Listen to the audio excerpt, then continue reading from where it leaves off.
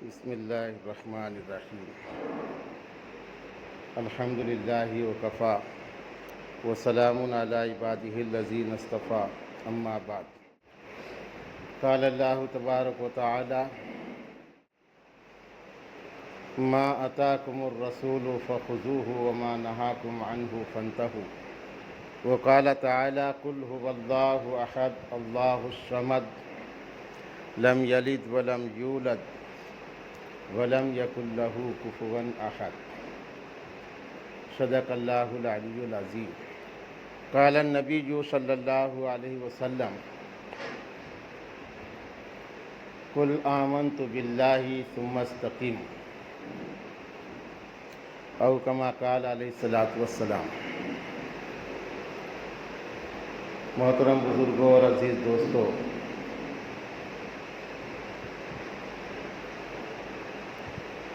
اللہ رب العالمین نے ساری کائنات کو پیدا کیا ہے اور اللہ ہی ساری کائنات کا خالق اور مالک ہے، اور یہ ساری کائنات میں اللہ تبارک و تعالیٰ نے انسانوں کو افضل الخلائق یعنی تمام مخلوقات میں سب سے افضل اور ممتاز بنایا ہے، بلکہ کائنات ہی کو اللہ تعالیٰ نے انسانوں کے لیے بنایا ہے۔ ان الدنیا خلقت لکم وانکم خلقتم للآخرہ، کہ ساری دنیا کو اللہ نے تمہارے لیے بنایا اور تم کو اللہ نے آخرت کے لیے بنایا۔ جمعہ کے خطبے میں، عربی خطبے میں ہم اس کو سنتے ہیں۔ پھر کائنات کی ایک مدت اللہ نے متعین کی، وہ انسانوں کو نہیں بتایا، جس کو قیامت کہتے ہیں۔ وہ صرف اللہ کے علم میں ہے۔ علمھا عند ربی لا یجلیھا لوقتھا الا ہو۔ قیامت یعنی ساری کائنات کو اللہ تبارک و تعالی ختم کر دیں گے، درہم برہم کر دیں گے۔ وہ کائنات کی آخری مدت ہے دنیا کی قیامت۔ لیکن قیامت قائم ہونے کے بعد قیامت تک جتنے انسان آئیں گے اور جائیں گے، تو قیامت قائم ہونے کے بعد اللہ تعالیٰ اس سب کو جمع کریں گے دوبارہ۔ البعث بعد الموت۔ اللہ کیسے جمع کریں گے یہ ان کی قدرت ہے۔ جیسے قرآن کریم میں ایک نبی کا واقعہ بیان کیا، غالباً حضرت ابراہیم علیہ السلام کا، اور ربی ارینی کیف تحیی الموتى، کہ انہوں نے اللہ تعالیٰ سے کہا کہ اللہ قیامت کے دن مردوں کو زندہ کیسے کریں گے، ذرا اس کی ایک مثال ہم کو بتائیے۔ تو اللہ نے فرمایا اولم تؤمن، کیا تم کو اس کا یقین نہیں ہے؟ کیا تم کو اس بات پر ایمان نہیں ہے کہ اللہ مرنے کے بعد دوبارہ زندہ کرے گا؟ ہمارے ایمانیات میں داخل ہے نا یہ چیز، ایمان مجمل، ایمان مفصل، جو بچوں کو سکھایا جاتا ہے اور بڑوں کو پڑھایا جاتا ہے، بڑوں کو، وہ ہماری ایمانیات ہے۔ ان میں سے کوئی ایک چیز پر بھی معمولی تردد ہو گیا، شک نہیں، تردد ہو گیا، تو ہمارے کفر کے لیے کافی ہے۔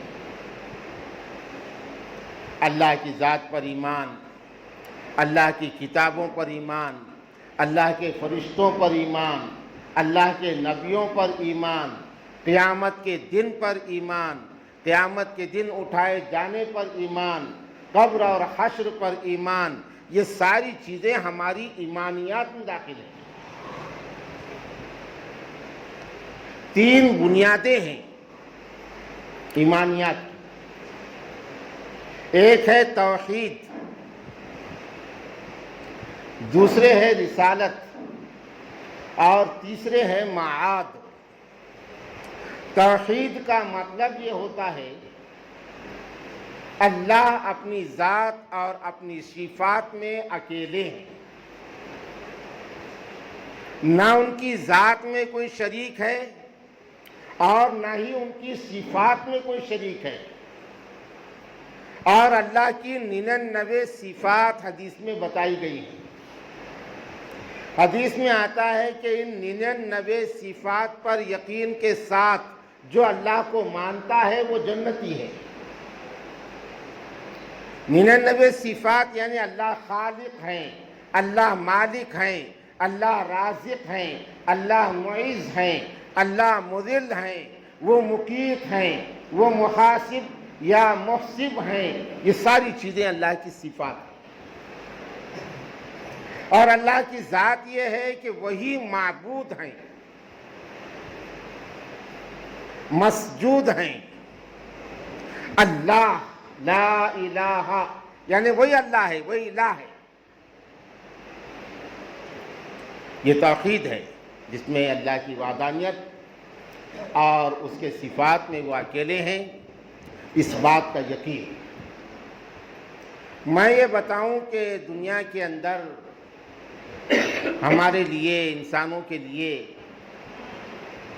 سب سے زیادہ نازک چیزیں اسلام کے احکام میں، دین میں، دو ہیں، ایک ہے طلاق اور ایک ہے ایمان۔ سب سے زیادہ نازک ہے، اس لیے حدیث میں آتا ہے کہ ایسا دور آئے گا کہ آدمی رات میں تو ایمان والا رہے گا وہ، لیکن صبح جب ہوگی اٹھے گا تو وہ کفر کی حالت میں صبح کرے گا، یعنی اس کو پتہ بھی نہیں چلے گا کہ اس کا ایمان رخصت ہو گیا، ایمان چلے گیا۔ ایمان اتنی نازک چیز ہے، جیسے طلاق کے معنی ہوتے ہیں فائرنگ، علم نہیں ہے، دین کی طرف توجہ نہیں ہے، دنیا میں اس قدر ہم ملوث ہو گئے کہ دین کی باریکیوں کا کوئی علم نہیں ہے ہمارے پاس۔ کئی ایسے واقعات ہمارے سماج اور معاشرے میں کہ مردوں کے نکاح سے عورت نکل گئی اور پھر بھی ان کی زندگی گزر رہی ہے ایک ساتھ۔ یعنی اصول اور ضابطے اور قوانین ہیں نا اسلام کی، زندگیاں ایک ساتھ گزر رہی ہے۔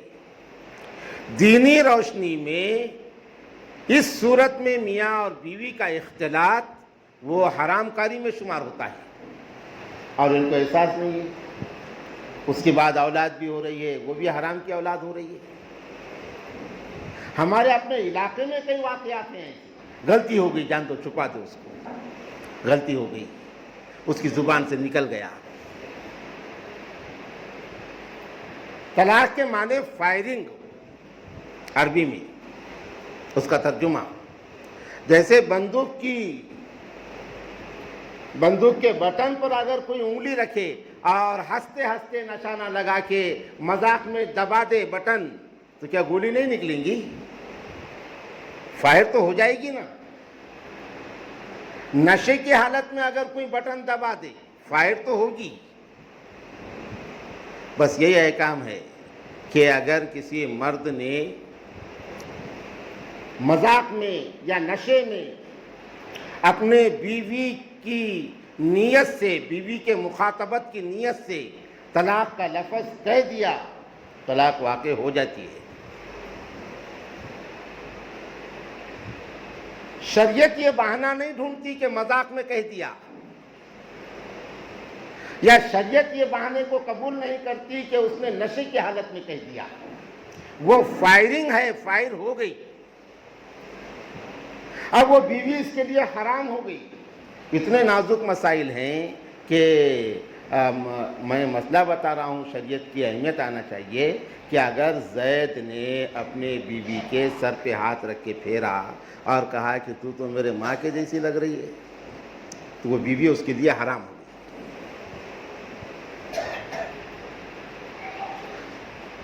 اتنا نازک مسئلہ ہے،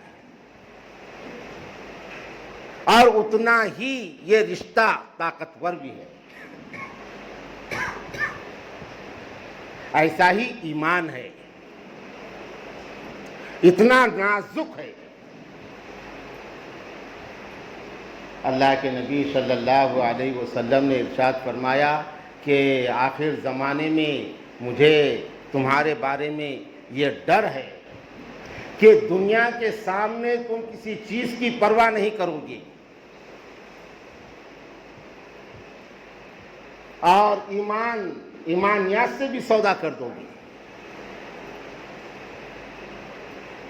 یہ بات بتانا آج سارے ہمارے پورے ملک کے علماء کرام بڑے فکر مند ہیں حالات کو دیکھ کر کے۔ ہم کو اندازہ نہیں ہے، صبح ہو رہی ہے، شام ہو رہی ہے، عمر یوں ہی تمام ہو رہی ہے، ہمارا چل رہا ہے، کاروبار چل رہا ہے، کھیتی باڑی چل رہی ہے اور ملازمتیں چل رہی ہے، ہم جو ہے تو روزانہ اپنے دھن اپنی دولت میں اضافہ کر رہے ہیں۔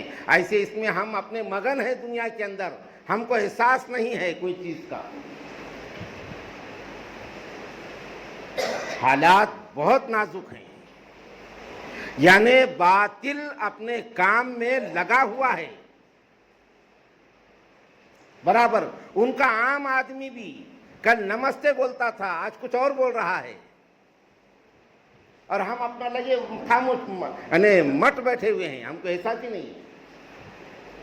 اسکولوں کے اندر انہوں نے اپنی مشنریز شروع کر دی، اسکولوں کے اندر بھی یس سر بچہ بولتا تھا حاضری لینے پر، اب کچھ اور بولنے پر بچوں کو آمادہ کیا جا رہا ہے۔ تمہارا بچہ اکیلا اللہ اکبر نہیں بولے گا، وہاں وہ جرم رہے گا اس کا۔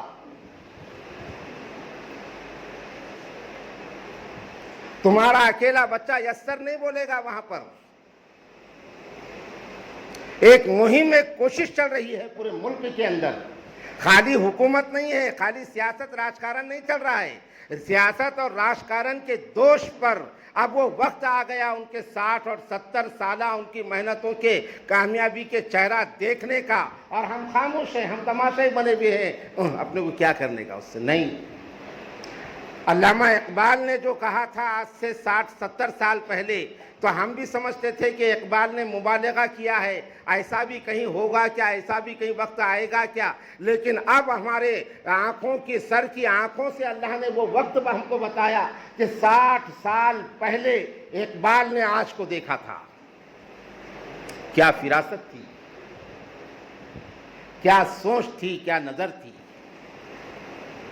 60 سال پہلے آج کے حالات کو علامہ اقبال نے دیکھا تھا، اور اس وقت مسلمانوں سے کہا تھا اقبال نے، نہ سمجھو گے تو مٹ جاؤ گے ہندی مسلمانوں۔ سمجھو ان چیزوں کو۔ روٹی کپڑا اور مکان تو سب کا تیار ہو رہا ہے، بغیر سیکھے چڑیا گھونسلہ بنا رہی ہے، بغیر کمائے چرند پرند حشرات الارض جانور سب کے پیٹ بھر رہے ہیں۔ یہ کوئی کمال نہیں ہے پیٹ بھرنے کے واسطے رات اور دن کمانے میں لگے رہنا اور صرف دنیا کو اپنا ہدف بنانا، یہ کوئی کمال نہیں ہے۔ محلوں میں رہنے والے اپنی عمر کا ایک دن نہیں بڑھا سکے، جب وقت آیا وہ محل چھوڑ کر چلے گئے، وہ دولت چھوڑ کر چلے گئے، وہ سارے ترقی کے نقشے چھوڑ کے چلے گئے۔ اذا جاء اجلهم لا يستاخرون ساعة ولا يستقدمون۔ جب موت کا وقت آ گیا تو وہ انا ربکم الاعلی کہنے والا فرعون اپنے چند منٹ بڑھا نہیں سکا، اور ابراہیم کو آگ میں جلانے کا دعویٰ کرنے والا نمرود وہ بھی اپنے چند منٹ بڑھا نہیں سکا، وہ چلے گئے دنیا سے، اور ہم بھی جانے والے ہیں، ہم بھی جانے والے ہیں۔ تاجداروں کے نام و نشان تک نہ رہے، اولیاء کے نشان قدم ہی رہے۔ سوچنا پڑے گا۔ اقبال نے 60 سال پہلے کہا تھا، نہ سمجھو بندو آ کے نہ سمجھو گے تو مٹ جاؤ گے ہندی مسلمانوں، تمہاری داستان تک نہ ہوگی داستانوں میں۔ وقت آ گیا سب، یعنی علماء آج دنیا کے اندر، میں یہ بتاؤں کہ ہندوستان کے اندر ہمارے اکابر علماء یہ حالات کا چہرہ دیکھ کے بڑے فکر مند ہیں۔ یو پی کے ہائی کورٹ میں 8 دن سے روزانہ 2.5 گھنٹے بحث ہو رہی ہے مدارس کے معاملے میں کہ مدارس کو چالو رکھنا چاہیے یا بند کرنا چاہیے. یہاں تک بات چلی گئی. اون کہہ کے نہیں چھوڑ سکتے ہم. اسپین جو تھا، اسپین، اندلس، غرناطہ، دنیا کے ملک رہے بڑے بڑے، اور وہاں مسلمانوں کی حکومت تھی، لیکن یہی مسلمانوں کی مدہوشی، رقص و سرود اور دنیا کے اندر اس قدر ملوث ہو جانا کوئی سروکار نہیں، نہ دین سے نہ دینیات سے، مگن ہے دنیا کے عیش اور آرام میں. تو ایسا وقت آیا کہ گاجر مولی کی طرح مسلمانوں کو کاٹا گیا. تاریخ ہے دنیا کی. ایک عورت 20 مسلمانوں کو ایسا کھڑے کرتی تھی لائن سے، 20 مسلمانوں، اور کہتی تھی خبردار یہاں سے ہلنے کی کوشش کی تو. گھر میں جا کے تلوار لاتی تھی اور گاجر مولی کی طرح ایسی گردنیں کاٹتی تھی. تاریخ ہے دنیا کی. اور مسلمانوں کے اندر اس قدر پس مردگی اور مسلمانوں میں جبن اور بزدلی، حالات سے متاثر ہونا اس قدر پیدا ہو گیا تھا کہ مجال نہیں تھی ایک کی بھی کہ وہاں سے وہ بھاگ جاتا. ایک کی بھی مجال نہیں تھی. ایسے حالات آئے. تو عزت ہماری دین میں ہے. اگر ہم نے دین کو، اسلام کو نظر انداز کر دیا تو پھر اللہ کی مدد ہمارے سے ختم ہو جائے گی. کیونکہ اللہ کی جو مدد، اللہ کے سامنے تو یہ ساری دنیا، ساری چیزیں، ہمارا عقیدہ اور ہمارا ایمان ہے، وہ مکڑی کے جالے سے زیادہ حیثیت نہیں رکھتی. مثلہم کمثل العنکبوت، اللہ کے لیے. لیکن اللہ کی مدد ہمارے ساتھ آئے، یہ شرطیہ ہے. ان تنصروا اللہ ینصرکم ویثبت اقدامکم، یہ قرآن کی آیت ہے کہ اگر تم اللہ کی مدد کرنے کے لیے اپنے آپ کو تیار کرو گے. اللہ کی مدد کرنا کیا ہے؟ اللہ بیمار تھوڑی رہتا ہے کہ اس کی عیادت کو جانا ہے. اللہ تعالیٰ بھوکا تھوڑی رہنے والا ہے کہ اس کو کھانے کے لیے کچھ دینا ہے. اللہ تعالیٰ معذور تھوڑی ہونے والا ہے کہ اس کا ہاتھ پکڑ کے لے کے چلنا ہے. اللہ کی مدد سے مراد یہ ہے کہ ہم اللہ کے احکام کو پورا کرنے والے بنے اور نبی کریم صلی اللہ علیہ وسلم کی پاکیزہ زندگی کو ہم اپنے سامنے رکھ کر اس کے مطابق زندگی گزارنے والے بنے تو اللہ کی مدد ہمارے ساتھ آئے گی. اگر ہم نے اپنے آپ کو اس سے ہٹا دیا تو دنیا میں پھر کوئی بھی ہمارا نہیں، کوئی بھی ہمارا نہیں. اس لیے موجودہ ہندوستان میں مسلمانوں کی سب سے بڑی جو ذمہ داری ہے وہ ہے اپنے آپ کو ایمان والا باقی رکھنا اور اپنے آنے والے نسلوں کے ایمان اور عقیدے کی حفاظت کرنا. یہ ایک چیز ہے. اس کے ساتھ ہم اپنے بچوں کو سب بنائیں گے. کوئی زبان سکھانے سے ہمارا دین منع نہیں کرتا اپنے بچوں کو کہ مراٹھی مت سکھاؤ، انگلش مت سکھاؤ، مگر اپنے ایمان اور عقیدے کی سلامتی کے ساتھ. اور آج نازک ہو گئے حالات. بچوں کی نگرانی کرنا ماں باپ کی ذمہ داری ہے. ذمہ داری ہے. ننگا ناچ ہو رہا ہے اسکولوں کے اندر بھی آج. ہاں، وطن کی محبت پر تم بچوں کو پروگرام دو نا. تہذیب اور ثقافت پر بچوں کو پروگرام دو نا. یہاں کی بات نہیں، پورے ہندوستان کی بات ہے، یہ پورے ملک کی بات ہے. ہم غافل نہیں رہ سکتے ہمارے بچوں سے. جیسا اکبر الہ آبادی نے کہا تھا، یوں قتل سے بچوں کے وہ بدنام نہ ہوتا، افسوس کہ فرعون کو کالج کی نہ سوجی. آج کے حالات یہ ہیں کہ اگر ہم اپنے بچوں سے غافل ہو گئے تو ہمارے بچے مرتد ہو جائیں گے. میرے سامنے میرے پاس لوگ آتے رہتے ہیں.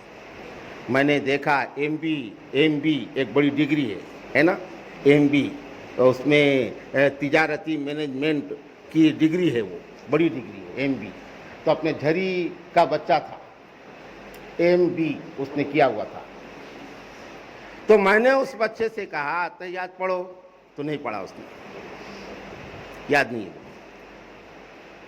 میں نے کوئی سورت پڑھنے کے لیے کہا تو اس نے نہیں سنایا, مجھے یاد نہیں. نماز مجھے نہیں آتی, ایم بی بچہ, مراٹھی تعلیم سے گیا تھا وہ. اب ہم اس لیے ترغیب دے رہے ہیں ہمارے اپنے لوگوں کو کہ ہم اردو ذریعے تعلیم سے پڑھائیں گے. تو اردو کے اساتذہ نکمے, ان کے اندر کوئی حمیت اور غیرت نہیں رہی ان کے اندر. مراٹھی اسکولوں میں جو محنت ہو رہی ہے, افسوس کے ساتھ یہ کہنا پڑتا ہے کہ اردو کے اسکولوں میں وہ محنت نہیں ہے, وہ کمرشیل طریقے پر صرف کر رہے ہیں. وہ بس اپنا وقت گزارنا ہے, ڈیوٹی کرنا ہے, خدمت نہیں ہے. ان کو احساس نہیں ہے یہ پیسہ, یہ تنخواہ حرام کی ہو رہی کہ حلال کی ہو رہی, اس کا احساس نہیں ہے ان کو. اب ہماری عمریں بھی کچھ بہت زیادہ 100-150 سال نہیں ہوئی, لیکن ہم نے دیکھا ایسے اساتذہ اردو کے کہ اگر کوک پر ڈیوٹی ہے تو کوک پر ان کا قیام رہتا تھا اساتذہ کا. جنتور کے اندر ہمارے قمر علی صاحب, ان کی بھی جنتور میں وہ تھے بہت سارے اساتذہ. وہ جنتور میں مرکز کے مسجد میں کمرے میں رہتے تھے, وہ اپنے ہاتھ سے کھاتے تھے اور پکاتے تھے, ڈیوٹی تھی ان کی. آج مینج چل رہا ہے, مینج کیا جا رہا ہے, ادھیک اپنے بڑے افیسروں کو دستخط کے لیے جا رہے ہیں خالی. جب وہاں معیار نہیں مل رہا تو جو لوگ اپنے بچوں کا معیار چاہتے ہیں کہ بچوں کو کچھ آنا چاہیے, تو وہ وہاں سے نکال کے مراٹھی اسکولوں میں ڈال رہے ہیں. ہمارے مرحوم عبد الرحمان خان صاحب, اللہ ان کی مغفرت فرمائے, ان کی قبر کو نور سے منور کرے, ان کی کوششوں سے پورے دیہاتوں میں اردو اسکول ہو گئے تھے. اب کچھ احساس باقی ہے, جہاں وہاں کے اسکول باقی ہے, جیسے ہمارے کوک کا اسکول باقی ہے. یقیناً یہ کوک والوں کے, کوک کے ذمہ داران کی محنتوں کا کچھ نتیجہ ہے. وہ اسکول زندہ ہے, آخری سانس لے رہا ہے, لیکن زندہ ہے. ایسا ہی ایک دو جیسے بھوگاؤں ہے, وہاں کا اسکول زندہ ہے. ایک دو لوگوں کی خالی ایک یعنی کوشش اور محنت سے, باقی یلدری ہے اور دیگر مقامات بہت سارے, پورے اردو اسکول بند ہو گئے. وہ کس کی وجہ سے بند ہوئے؟ پہلے دوشی ماسٹر لوگ ہیں, ان کے جان پہ جا رہا تھا دیہاتوں کو جانے کے لیے. وہ شہر اور سٹی میں ڈیوٹیاں کرنا چاہتے تھے. دوسرے نمبر پر ہم ہیں. اور اردو ذریعے تعلیم ہندوستانی مسلمانوں کے اندر دین کی بقا کا ذریعہ ہے. ہم عربی جانتے کیا؟ عربی تو ہم کو نہیں آتا. حدیث میں اللہ کے نبی نے کیا فرمایا؟ قرآن اگر ہم مراٹھی ذریعے تعلیم سے پڑھیں گے تو سیکھنے کے بعد بھی ہم قرآن کو غلط پڑھیں گے. الذین کی جگہ الذین آئے گا. قرآن بھی صحیح نہیں پڑھ سکتے ہم, بہت محنت کرنا پڑے گی. یہ بنیادی چیزیں ہیں. تو بہرحال اس وقت ہم تمام کو اپنی ذمہ داریوں کو محسوس کرنے کی ضرورت ہے کہ ہم اپنے آپ کو بھی ایمان پر باقی رکھیں, ایمان پر قائم رکھیں. جیسا کہ حدیث میں مثال دی گئی, ایسا وقت آئے گا کہ یعنی ریشم کا کپڑا پہن کر کانٹوں کے اندر سے گزرنا ہے, کانٹوں کے اندر سے گزرنا ہے کہ کانٹوں میں ریشم الجھے بھی نہ اور ہم کو گزر کے ہماری منزل بھی پار ہو جائے. کتنا احتیاط کرنا پڑے گا, کتنا بچنا پڑے گا. تو بزرگوں اور دوستوں, دنیا گزر رہی ہے اور ہماری عمریں بہرحال یہ دن بدن بڑھ رہی ہے، لیکن ہم کو بڑی فکر کرنا پڑے گی اپنے دین کی، اپنے ایمان کی، اپنے خود کی، اپنے گھروں کی اور اپنے بچوں کی۔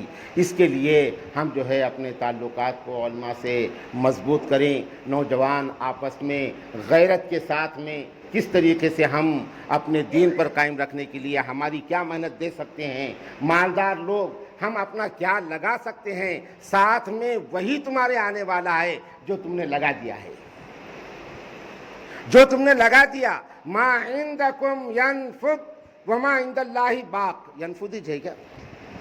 ما عندکم ینفد وما عند اللہ باق، جو تمہارے پاس تم نے جمع کیا ہے یہ تو بہرحال ختم ہونے والا ہے، ہم چلے جائیں گے، ہمارے بچے ختم کریں گے، اچھے نکلے تو ٹھیک ہے، برے نکلے تو دوہم کرنے کے واسطے غیروں سے پیسہ لائیں گے مرنے کے بعد۔